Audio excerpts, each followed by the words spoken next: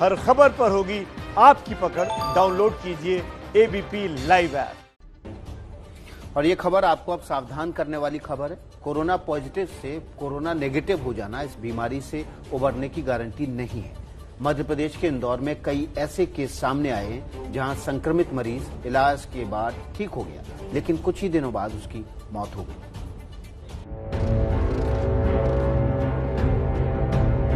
इंदौर की इंद्रलोक कॉलोनी में रहने वाला बजाज परिवार शोक में डूबा है। इस परिवार के अहम सदस्य की कोरोना से मौत हो गई, जबकि वो अस्पताल से ठीक होकर घर लौट आए थे।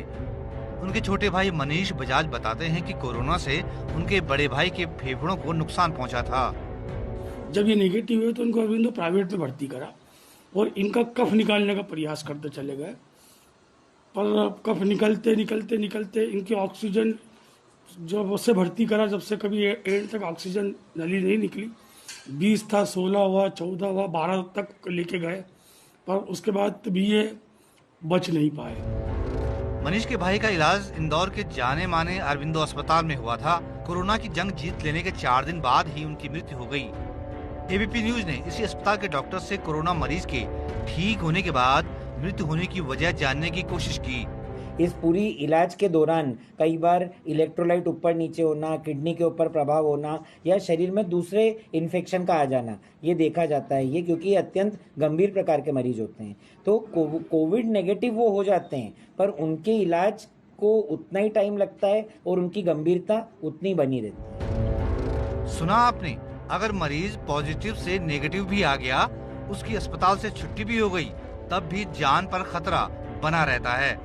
डॉक्टरों के मुताबिक कोविड रिपोर्ट नेगेटिव आने के बाद भी 2% ऐसे मामले सामने आ रहे हैं जिसमें मरीजों की हालत चिंताजनक हो जाती है और बाद में उनकी मृत्यु हो जाती है। अगर रोज 100 मरीज डिस्चार्ज हो रहे हैं तो उनमें से कुछ 10 मरीज ऐसे अभी भी हैं जिनको हमको कुछ दिन और नॉन कोविड एरिया में रखना पड़ता है, और उन 10 में से 2 मरीज ऐसे रहते हैं जिनको फिर भी हमको आईसीयू में हस्तांतरित करना पड़ता है।